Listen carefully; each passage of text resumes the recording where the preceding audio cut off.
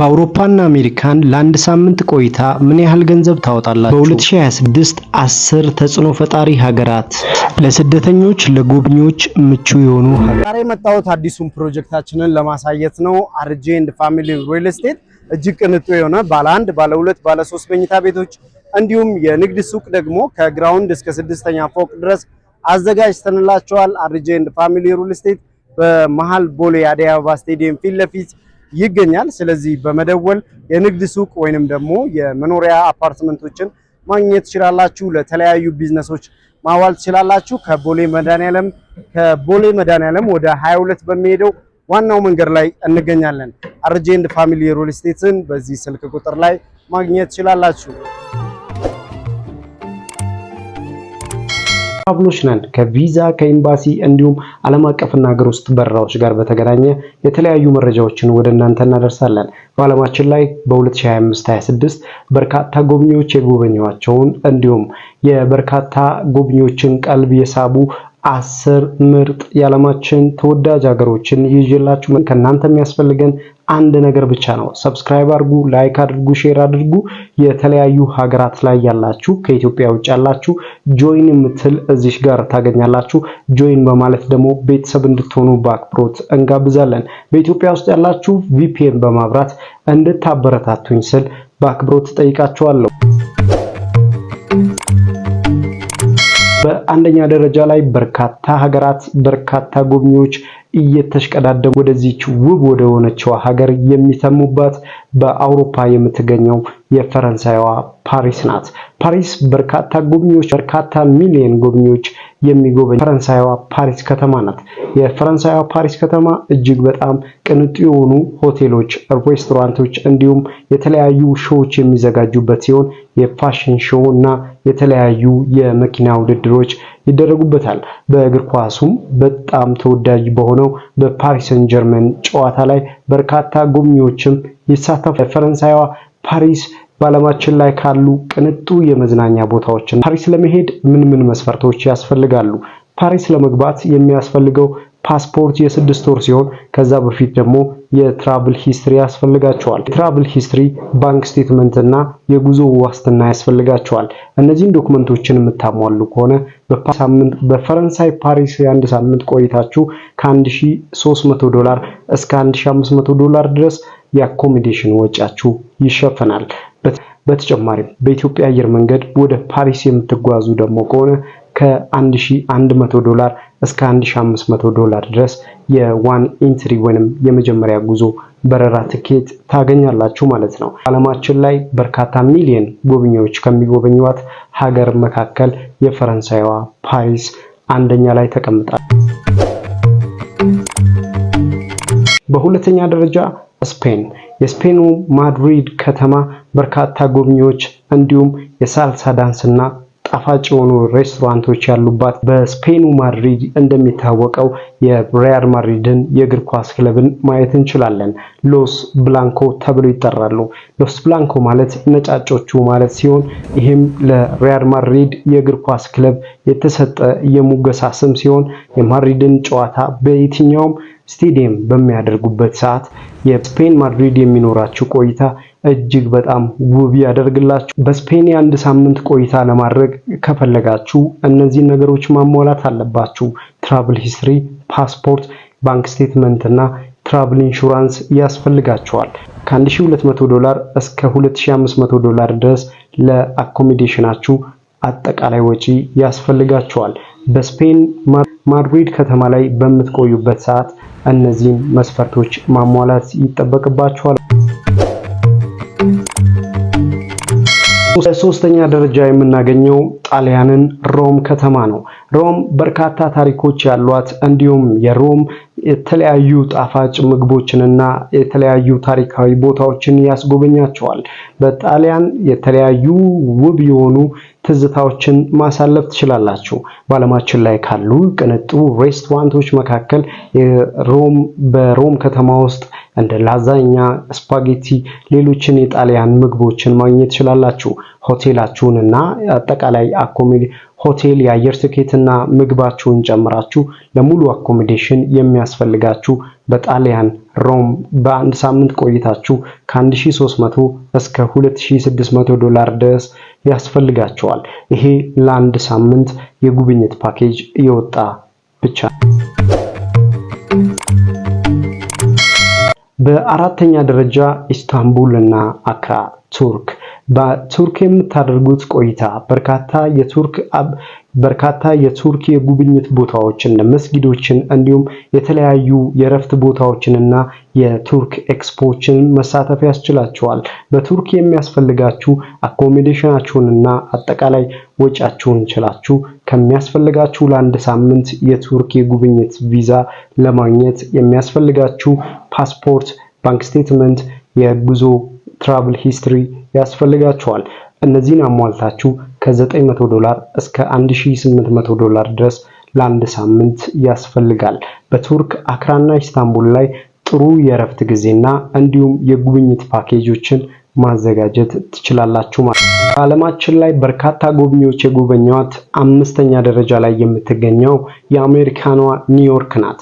ኒውዮርክ ለመሄድ በርካታ መስፈርቶች ቢያስፈልጉም አሁን ላይ ወደ አሜሪካን ለጉብኝት የሚሄድ ሰው የቢ1 ቢ2 የቪዛ አፕሊኬሽን ፎርም ይሞላል። የቢ1 የአፕሊኬሽን ፎርምን ከሞላ በኋላ የ3 ወር ቪዛ ብቻ በጉብኝት ያገኛል። አሜሪካን ለጉብኝት ስትሄዱ የአኮሞዴሽን ወጪያችሁንና የባንክ ስቴትመንት እንዲሁም የምታስይዙት $15,000 ድረስ በአሜሪካን ኢሚግሬሽን በኩል ልትጠየቁ ትችላላችሁ። ማክሲመም እስከ $15,000 ድረስ የአሜሪካን ኢሚግሬሽን ሊጠይቃችሁ ይችላል። በአሜሪካን በሚኖራችሁ የጉብኝት ፓኬጅ ውስጥ ከ2,000 እስከ $4,500 ድረስ ሊጠይቃችሁ ይችላል። የጉብኝት ፓኬጃችሁን እናንተ በሚመቻችሁ የአኮሞዴሽን መስፈርት ማስቀመጥ ትችላላችሁ። መስፈርቶችን ለሚያሟላ አንድ ጎብኚ የአሜሪካን ኢሚግሬሽን ቪዛ ይሰጣል ማለት ነው። በስድስተኛ ደረጃ በርካታ ሚሊዮኖች የሚቆጠሩ ጎብኚዎችም በአመት ውስጥ የሚጎበኛት የጃፓኗ ቶኪዮ። በቶኪዮ ከተማ ውስጥ እጅግ በጣም ቅንጡ የሆኑ የቶኪዮ ተራራዎችን እንዲሁም ባህላዊ ምግባቸውንና ሰው አክባሪ እንግዳ ተቀባይነታቸውን የምታዩበት በጃፓን በአንድ ሳምንት የጃፓን የጉብኝት ፓኬጃችሁ ውስጥ ከሚያስፈልጋችሁ መስፈርቶች መካከል ፓስፖርት፣ የባንክ ስቴትመንት እና እንዲሁም የተለያዩ ቦታዎችን መጎብኘት የሚያስችላችሁን የቶኪዮ ፍቃድ ማግኘት ይኖርባችኋል ማለት ነው።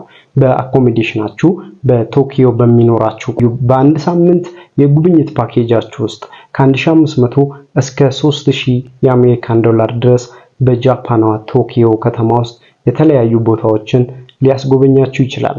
ስለዚህ የሚያስፈልጋችሁን መስፈርቶችን በማሟላት የጃፓን ቶኪዮ ከተማን መጎብኘት ያስችላችኋል ማለት ነው። ሰባተኛ ደረጃ ያለችዋ ዩናይትድ አረብ ኤምሬት ዱባይ ለመግባት በርካታ መስፈርቶች አያስፈልጉም። የአንድ ወር ወይም የ2 ወር ቪዛን ብቻ መጠየቅ ያስችላል። በጉብኝት ስትገቡ የዱባይ መንግስት የሚያደርግላችሁ አገልግሎቶች የሚሰጣችሁ የአገልግሎት ሰርቪሶች አሉ። ከነዛ መካከል አኮሞዴሽናችሁንና ትኬታችሁን ችላችሁ የደርሶ መልስ ትኬታችሁን ችላችሁ ወደ ዱባይ ከገባችሁበት ሰዓት ጀምሮ ዱባይ ውስጥ ሴፍ ናችሁ። ያለምንም ችግር ዱባይ ውስጥ በነፃነት እንድትጎበኙና የተለያዩ ቦታዎች ላይ እንድታርፉ የዱባይ መንግስት በሩን ከፍቶ ይጠብቃቸዋል። በዱባይ የምታገኟቸው የተለያዩ የጉብኝት ቦታዎች አሉ። እንደ ቡርጅ ከሊፋ፣ የውሃ ፏፏቴዎች እንዲሁም በዩናይትድ አረብ ኤምሬት የአየር ትኬታችሁን፣ ሆቴል አኮሞዴሽናችሁን ሙሉ በሙሉ ችላችሁ ከ$1,200 እስከ $2,500 ድረስ ለአንድ ሳምንት የጉዞ ፓኬጅ ማዘጋጀት ትችላላችሁ።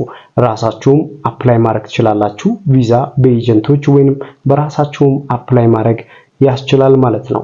ነገር ግን በዱባይ ባሁን ባለው ሁኔታ የቪዛ ማስያዣ ገንዘብ በድርሃም ልትጠየቁ ትችላላችሁ። ነገር ግን የአሜሪካን ፓስፖርት ወይንም የተለያዩ የአውሮፓ ሀገራት ፓስፖርት እጃችሁ ላይ ካለ ግን የዱባይ መንግስት ቪዛውን በኦን አራይቫል ይሰጣችኋል ማለት ነው። ዱባይ ከገባችሁበት ሰዓት እስከምትወጡበት ሰዓት ድረስ የዱባይ መንግስት ሙሉ በሙሉ ፍሪደም ይሰጣችኋል ማለት ነው።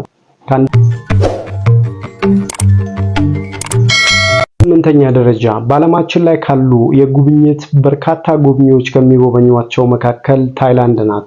ታይላንድ ለስራ፣ ለሕክምና ወይንም ለጉብኝት የሚሄዱ የተለያዩ ጎብኚዎች በዓለማችን ላይ በርካታ ሚሊዮን ጎብኚዎች ወደ ታይላንድ ይተማሉ። የታይላንድ ቆይታችሁ በርካታ የታይላንድን ቅርሶችን ወይንም ደግሞ ሰው ሰራሽ የተለያዩ ሪዞርቶችንና ሆቴሎች ላይ ማረፍ ትችላላችሁ። አየር ትኬት ያስፈልጋችኋል። እንዲሁም የተለያዩ ወጪዎቻችሁን ችላችሁ አኮሞዴሽናችሁ ብቻ ከ$700 እስከ $1500 ድረስ ያስፈልጋል ለአንድ ሳምንት የጉብኝት ፓኬጅ ማለት ነው። 9ኛ ደረጃ ሲንጋፖርን እናገኛለን። ሲንጋፖር ልክ እንደ ታይላንድ በርካታ ጎብኚዎች ለሕክምናም ለስራም እንዲሁም ለረፍትም የሚመርጧት ምርጥ ሀገር ናት። ሲንጋፖር ስትገቡ የሲንጋፖር ሕግ ልክ እንደ ዱባይ የተለያዩ ሕጎች ጠበቅ ያሉ ስለሆኑ ሕጋቸውን ማክበር ይጠበቅባቸዋል። መንገድ ላይ መጠጥ መጠጣት፣ ሙዚቃ ከፍቶ መደነስ እንዲሁም የተለያዩ አላስፈላጊ ነገሮችን ማድረግ አያስፈልግም። ለጎብኚዎች ያስቀመጡት መስፈርት አላቸው። በአጠቃላይ ለአንድ ሳምንት በሲንጋፖር በሚኖራችሁ ቆይታ ለአንድ ሳምንት የሚሆን አኮሞዴሽናችሁን ከ1500 እስከ 2000 የአሜሪካን ዶላር ድረስ ያስፈልጋል። ይሄ ማለት ከአየር ትኬት ውጪ እነዚህን ማሟላት ይጠበቅባቸዋል ብሏል። ዓለማችን ላይ ካሉ ምርጥ 10ኛ ደረጃ ላይ ያስቀመጧት በርካታ ሚሊዮን ጎብኚዎች ያሉት በብራዚል ሪዮ ዴ ጄኔሮ በርካታ ጎብኚዎች ወደ ብራዚል ይተማሉ። እነዚህ ጎብኚዎች ወደ ብራዚል የሚተሙበት በአንደኛነት ደረጃ የብራዚል ሳልሳ ዳንስ እንዲሁም ደግሞ የሐይቅ ላይ የቢች ዳር ጨዋታዎችንና የእግር ኳስ የፉትሳል እግር ኳሶችን በተለያዩ ቦታዎች ላይ ደግሞ የሚደረጉ የካምፕፋየር ፕሮግራሞችን ለመሳተፍ በዓለማችን ላይ ካለ ምርጥ 10ኛ ደረጃ ላይ በርካታ ሚሊዮን ጎብኚዎች የሚጎበኟት የብራዚሏን ሪዮ ዴ ጄኔሮን ለመጎብኘት የአንድ ሳምንት ፓኬጅ ከ$1100 እስከ $3000 የአሜሪካን ዶላር ድረስ ያስፈልጋቸዋል። 10 ሀገራት ቀጣይ ማወቅ የምትፈልጓቸው የተለያዩ ሀገራት የቪዛ የኤምባሲ መረጃዎች ካሉ ኮሜንት ላይ ጥያቄያችሁን አስቀምጡልኝ፣ አየዋለሁ። እናንተ የሚያስፈልገን ሁልጊዜ እንደምንላችሁ ሰብስክራይብ አድርጉ፣ ላይክ አድርጉ፣ ሼር አድርጉ። በቀጣይ ቪዲዮ እንገናኛለን። ሰብስክራይብ በማድረግ ቤተሰብ ሁኑ። አብሬያችሁ የቆየሁት አሜን ነበርኩ። መልካሙን ሁሉ በያላችሁበት ተመኘን። ፒስ።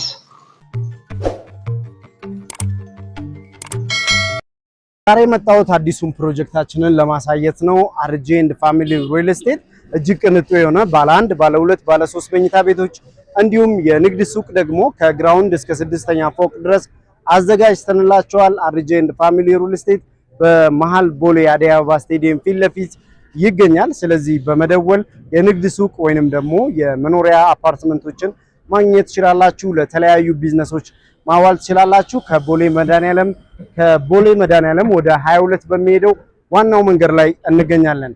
አርጄ ኤንድ ፋሚሊ ሪል ስቴትን በዚህ ስልክ ቁጥር ላይ ማግኘት ትችላላችሁ።